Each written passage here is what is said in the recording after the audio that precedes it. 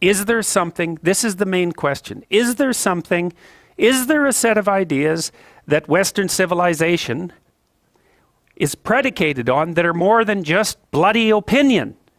That's the question. Because if there isn't, well then, what do you do about that? It's arbitrary. You're just holding it for no reason whatsoever.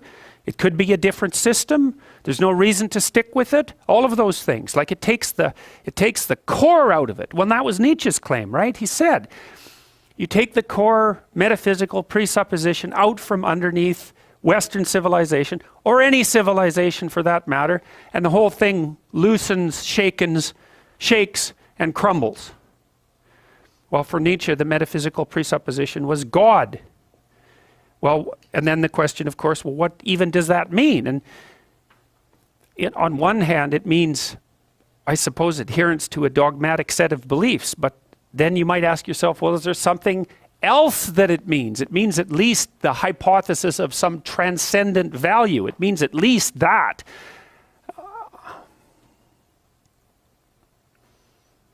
So, Nietzsche announced the death of God. And so one of the consequences of that, Dostoiévski was working on exactly the same set of ideas. And in Crime and Punishment in particular, which is a book, like it's a necessary book. That's the thing. There's a number of books that were written in the last 120 years that you really have to read. And Crime and Punishment is one of them. And I think the Gulag Archipelago is another. And probably Beyond Good and Evil is another. But, Dostoiévski and Nietzsche were writing in parallel. It's remarkable how much their lives intertwined, and Nietzsche knew more about Dostoiévski than is generally known. There's been some recent scholarship indicating that. But in Dostoiévski's book, Crime and Punishment, he has his main character, Raskolnikov, decides that he's going to commit a murder, and he has very good justification for the murder. And Dostoiévski's very good at this. He puts his characters into very, very difficult moral situations and gives them full justification for pursuing the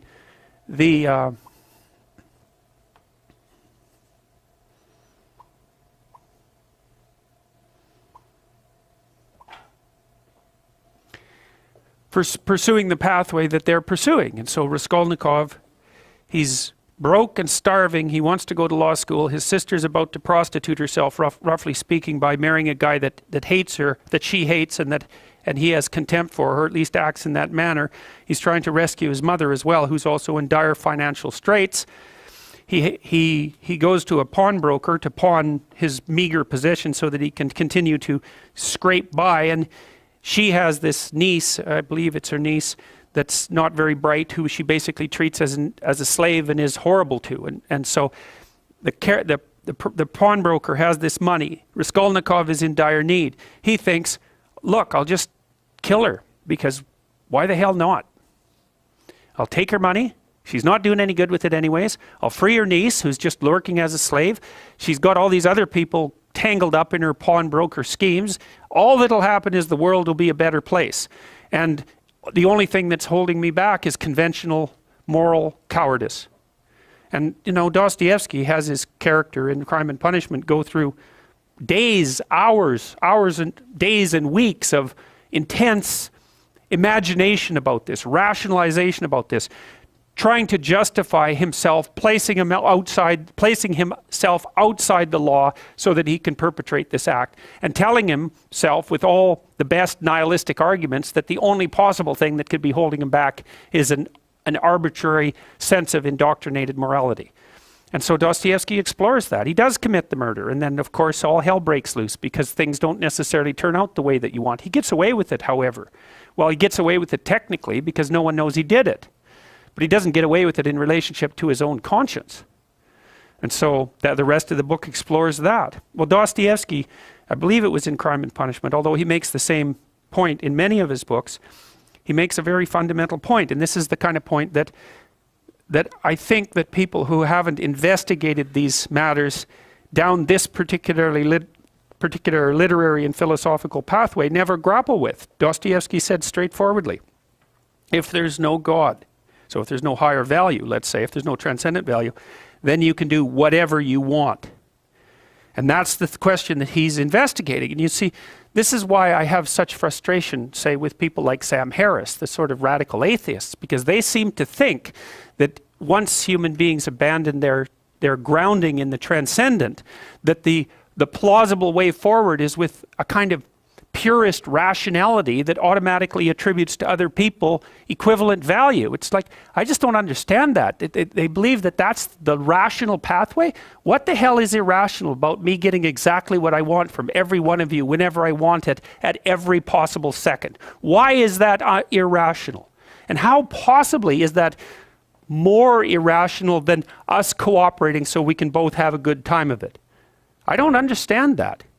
I mean, it's as if the psychopathic tendency is irrational. There's nothing irrational about it. It's pure naked self-interest. How is that irrational? I don't understand that. Where's the pathway from rationality to an egalitarian virtue? Why the hell not every man for himself and the devil take the hindmost? It's a perfectly coherent philosophy. And it's actually one that you can institute in the world with a fair bit of material success if you want to do it.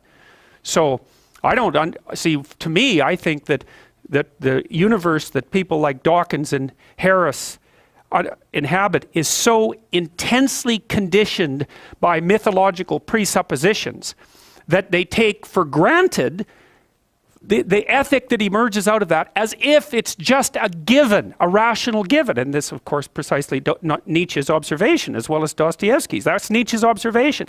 You don't get it. The ethic that you think is normative is a consequence of its nesting inside this tremendously lengthy history, much of which was expressed in mythological formulation. You wipe that out. You don't get to keep all the presuppositions and just assume that they're rationally axiomatic. To make a rational argument, you have to start with an initial proposition. Well, the proposition that underlies Western culture is that there's a transcendent morality. Now, you could say that's a transcendent morality instantiated in the figure of God. That's fine. You could even call that a personification of the morality. If you don't want to move into a metaphysical space, I'm not arguing for the existence of God. I'm arguing that the ethic that drives our culture is predicated on the idea of God, and that you can't just take that idea away and expect the thing to remain intact mid-air without any foundational support. Now, you don't have to buy that, but if you're interested in the idea, then you can read Nietzsche, because that's what he was trying to sort out.